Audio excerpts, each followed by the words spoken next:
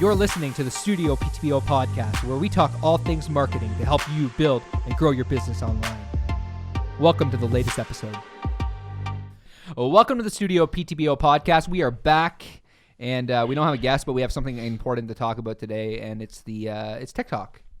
Yes. Neil Morton, how you doing? I'm excellent. Thanksgiving weekend? Yeah, I did. I had a great Thanksgiving weekend. What about you? I had a lot of turkey. I had definitely a turkey coma, not as bad as other years because I've learned to moderate. Yeah. At my age, old man Neil, you have to really Neil. moderate with food and booze consumption. So Fair enough. Yeah, no, my Thanksgiving was great. Like it was good. It was well needed. It was a weekend off. Went back to Chatham, the big old Chatham.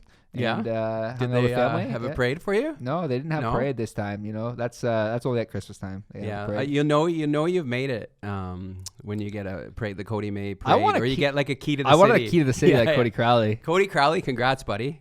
Cody, boxer, I think he's like 17-0, and just got a key to the city Tuesday night at City Council, and really making a big name for himself, like not just locally, but like all over the world. Like this next fight has actually been a UFC fight pass. 100%, and that's his goal, is to hack attention back to Peterborough, where he came from. Really incredible story as well. You know, him being a 16-year-old kid. I don't know if you heard this. Him being a 16-year-old kid, trying to hack the attention of Dana White, who runs UFC. I saw that episode, the video with Dana, and he pulled out the picture, I think, with him, with Dana, and Dana White. Now he's hacked Dana White's attention, and Cody's a winner, man. He's a great dude, and shout out to Cody if he happens to watch this. And I think it's a good segue because I think Cody should be on TikTok. Yeah, he should. Cody be on Crowley. Yeah. You are a legend, a beast on Instagram. Yeah. Facebook, you're doing pretty well. Twitter, but primarily Instagram. I could see you gravitating to TikTok and hacking the attention of youth there in the next little while with boxing moves to music. Yeah, well, especially with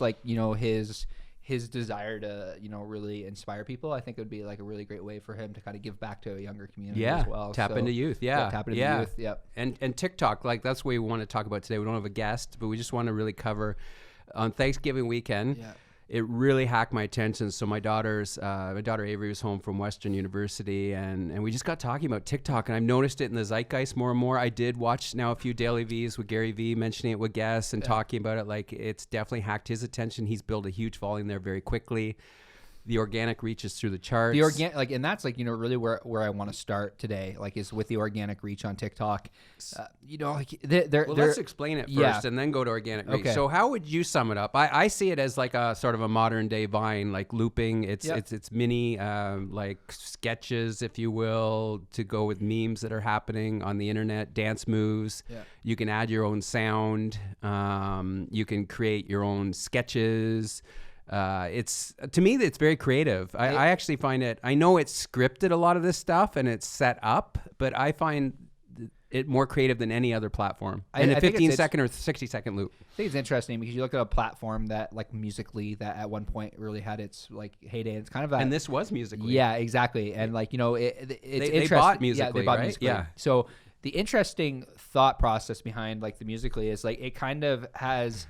It started there, but it has kind of transcended and become this kind of phenomenon where it's not just music. There's also there's storytelling that's happening on the platform, which is super unique, but it's storytelling in almost a raw, organic type of way. Yeah. And there's a ton of attention on the platform. I see a ton of people that are gravitating to this platform because it's just different. Yeah. It's a different type of platform. It is. It's like Instagram has its nuances, Snapchat has its nuances, Twitter, they all have their different nuances. I agree. But this is just so different and so unique that it's the first one for me that has kind of popped that I'm like, okay, this is different. And it allows me to storytell in a different way. I agree. And it allows me to kind of be, I find more, it's like less of a candid version of myself. And it allows me to kind of, you said the other day, it's like, I don't know where to post this, but it's kind of, TikTok has created that medium, almost that, I would say that fifth medium that essentially allows you to create differently. I agree. And I actually I was talking to my daughters, I feel like it's Finsta.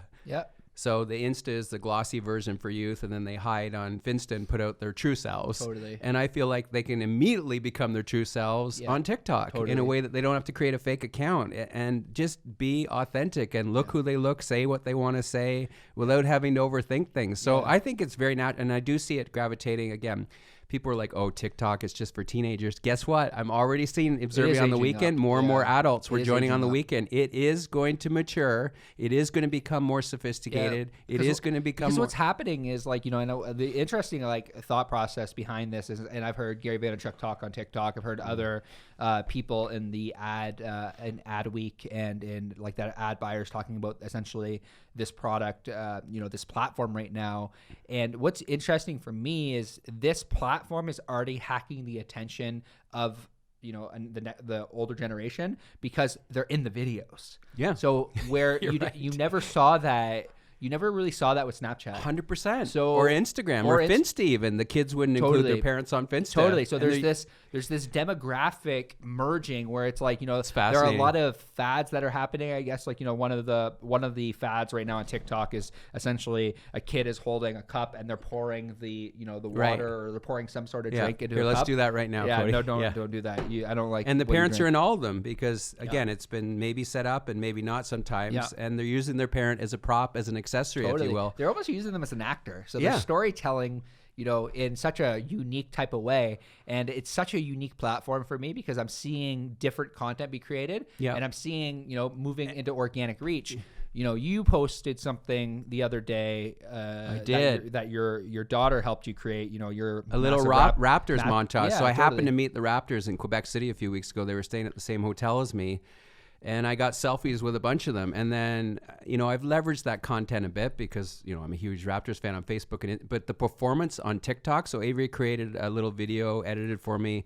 Oh, I'd love to meet the Raptors. Yeah. Oh, I did. And then it shows selfie after selfie of me with the Raptors. Maybe we can get that thrown up in the edit as we're talking about it. Yeah, Robs can throw that up. But it's got 27,000 views. Like Avery said that's pretty viral compared to a lot of stuff she sees with her friends. So it was funny content. It was a dad now on hacking attention there. Raptors, who isn't a Raptors fan? They're world champions. Totally. So for me, that was like, wow, my second post sort of went semi-viral. Yeah. And it wasn't that, I didn't overthink it. Yeah. You know, I just mined from existing content. I stayed in my lane, you know, the interests in my life.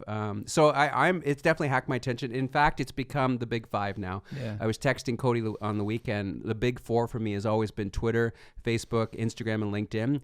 And now it's 100% TikTok is number 5. Like you and I are literally going to strategize a StudioPTBO channel. I hope to launch one in the next few months, figure out a strategy. How are we going to bring our staff, our team to life and show that side of it? And I think it's an interesting platform for brands because it, you know, and I heard Adweek talking about, I heard Gary Vaynerchuk on Adweek talking about this platform. It's so different, and brands have to think about this platform differently than they think about any other platform. It's different than Instagram. It is. It's different than Facebook. It's different than Twitter. It's like you really have to think about this platform contextually because the organic reach, and I want to get into that because I want to move into brands because we don't have too much time today.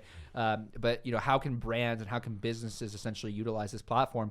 The interesting thing about this platform is brands have to think about it so differently. But if they do think about it differently, and what I'm realizing with this platform is they can really hack the zeitgeist of a specific sector, you know, and the organic reach on a hashtag funnel within the platform. And what I mean by that is, you know, if you use the real estate, like if you're trying to appeal to real estate agents or you're trying to sell homes or whatever you're trying to do, I'm seeing a lot of real estate agents jump to the platform right now.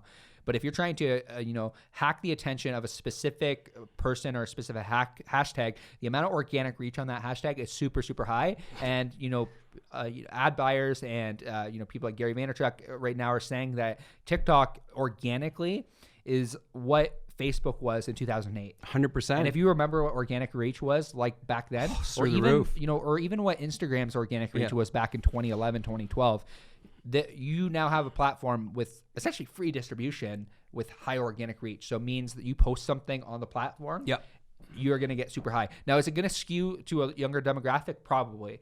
But that being said, you know, if you can create free content and you don't have to pay anyone in order to create the content. I would say go hard now if you're a brand, figure out a strategy, have fun there, dabble, test and learn, be an early adopter because you don't want to miss this ride, this boat while the organic reach is through. It's the most organic, friendly platform on the planet right now. And I love what you said, Cody, about the parents are in so many of them now, Yeah. because that's only going to mature this medium more quickly. Attack their attention. They're going to adopt it, and they're going to go, oh, I want my own channel, because they're going to see that kind of go viral on their kids' channel. So if you're a brand going after moms, 35 to 55, you damn well should get on TikTok. Yep, because totally. they're in these videos with their daughter, and dad's often in the videos. I've never seen anything like it. That was a really observant. And it all depends on what you're selling too. You really have to look at, and similar to, the TikTok space, LinkedIn is experiencing this right now with their organic reach super high. I'm trying to post a lot more contextualized content, give a lot more value on the platform. But TikTok is just such a unique platform where, you can essentially hack the attention of a common trend within the actual realm of what's happening in TikTok and pick up followers, get organic views. Guess what? And there's a whole new generation that's going to be discovered on TikTok and become stars. The way on Instagram it happened, on YouTube it happened, a little bit on Facebook and Twitter, but it is the next, to me, wave of superstars are going to come out 100% out of TikTok. Yeah. It was similar to, the Vine days. It's like some of the most popular people in the world, some of the biggest influencers like Logan Paul 100%. was birthed on, Logan Paul, Jake Paul, those guys were birthed on Vine. Yep. And then they moved over to YouTube, and but if you're looking to be a content creator, this is a great place to kind of get an early start, and you take that brand equity. And I'm quoting Gary Vaynerchuk because he talked about this with Adweek last week.